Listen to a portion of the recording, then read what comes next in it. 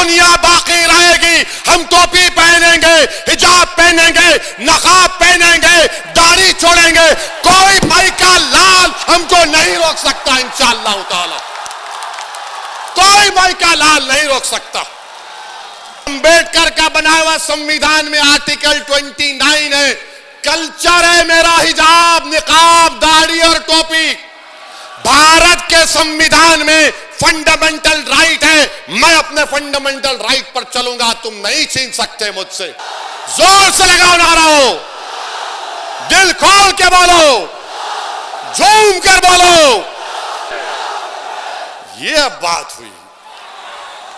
مگر یاد رکھیے دنیا جب تک قائم رہے گی حق اور باطل میں ہمیشہ ٹکراؤ ہوگا, حق اور باطل میں ہمیشہ ٹکراؤ ہوگا. حق کے غلبے کے لیے ایثار اور قربانی دینا پڑتا ہے, اور باطل ہمیشہ کوشش کرتا طاقت کے بلبوتے پر. باطل یہ سمجھتا ہے کہ میرے پاس طاقت ہے, اقتدار ہے, میرے پاس دولت ہے, میرے پاس فلاں ہے, مگر حق کے پاس طاقت صرف سچائی ہوتی ہے, اور سچائی ہمیشہ غالب آتی ہے. جیسا کہ ان لوگوں کو سمجھانے کے لیے جو 8-9% ہے ان کو سمجھانے کے لیے کہ موسیٰ علیہ السلام ہے, فرعون کا دربار ہے, فرعون کا دربار ہے, موسیٰ ہے, فرعون کے دربار میں جادوگر جادو کرتا ہے, جادوگر جادو کرتا ہے. تو موسیٰ علیہ السلام نے اپنا عصا پھینکا تو جادوگروں کا جادو ختم ہو گیا.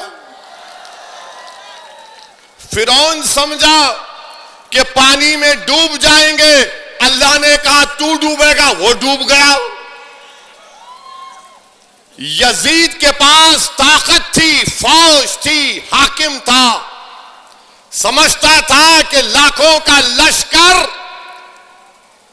امام حسین اور اہل بیت کو ختم کر دے گا. مگر کربلا کا میدان, اس کے ریگزاروں سے آج بھی آواز آ رہی ہے. اس دریائے دجلہ کا کنارہ جو اہل بیت کے خون سے لال ہوا, وہ آج بھی تم کو پکار کر کہہ رہا ہے سنو, اگر تم حق کو کامیاب کرنا چاہتے ہو تو حسینیت کے پرچم کو بلند کر دو,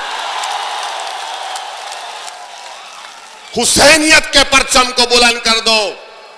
یزید مردہ تھا, مردہ رہے گا. حسین زندہ تھے, ہے, اور صبح قیامت تک زندہ رہیں گے. تو یہ جھگڑا جو ہے حق اور باطل کا ہے. اب اگر کوئی وقت کے فرعون کو اس کی چاپلوسی کرتا ہے تو اس کو فرعون کی جماعت کا بولیں گے. اگر کوئی یزید کی تائید کرتا ہے, ظالم کی تائید کرتا ہے, تو اس کو کیا بولتے ہیں آپ جانتے ہیں. مگر اسد الدین اویسی, یہ بات کو میں نے اپنے علماء کرام کے پیروں کے پاس بیٹھ کر سنا. میں نے اپنے مرحوم والد سے تربیت حاصل کی کہ ظالم کتنا بھی قوی ہو, تم حسینیت کے پرچم کو بلند کرو, سچائی کو بیان کرو. اور جیسا زین العابدین نے یزید کے دربار میں سچائی کو بیان کیا, اسد الدین اویسی اسی زین العابدین کے صدقے اور طفیل میں اللہ نے موقع دیا کہ باطلوں کے سامنے حق کو بیان کریں گے اور بیان کرتے جائیں گے انشاءاللہ تعالی. سنیے, ایک بات یاد رکھیے, یہ آپ کی محبت ہے, یہ آپ کی محبت ہے, میں اس کو سلام کرتا ہوں. مگر شیر کون ہے معلوم آپ کو؟ شیر کون ہے معلوم آپ کو؟ شیر علی ہے, علی ہی رہے گا شیر. اسد اللہ ہے وہ.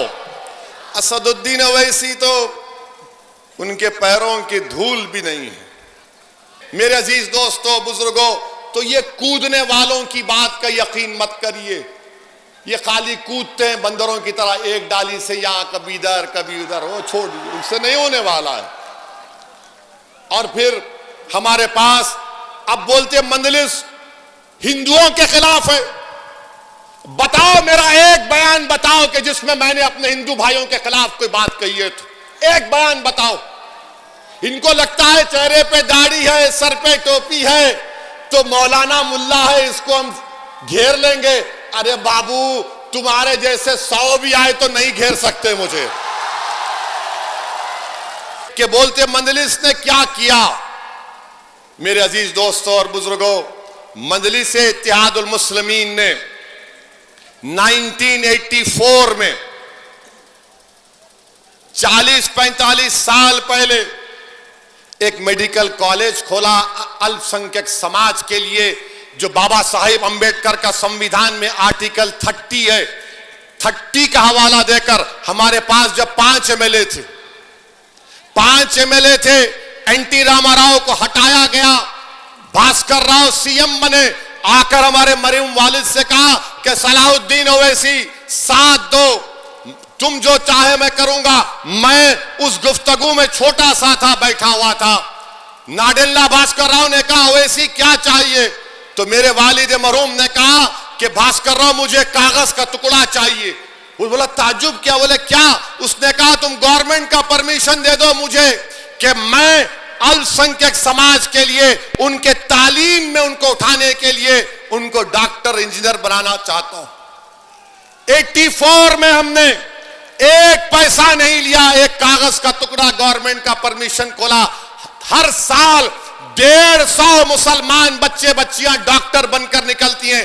آپ سوچ لو 84 سے MBA college, MCA college, school of pharmacy, architecture, یہ سب کس کے, میرے ذاتی نہیں ہیں. میرے مرنے کے بعد میری اولاد میں نہیں بٹے گا. یہ قوم کا ہے, آپ کا ہے, آپ اس کے مالک رہیں گے. کیونکہ آپ نے دھوپ میں, سردی میں بھوکے رہ کر آپ نے ووٹ ڈال کر ہم کو کامیاب کیا, تو یہ اثاثے جو آپ نے ہم کو طاقت دی ہم نے قائم کیے, آپ کو فائدہ پہنچے گا. اسی لیے حیدرآباد میں سب آتے ہیں, ہم سب سے کہتے ہیں کہ رخ ادھر کرو, ادھر کا رخ مت کرو, یہ طوفان میں تمہاری کشتی ڈوب جائے گی.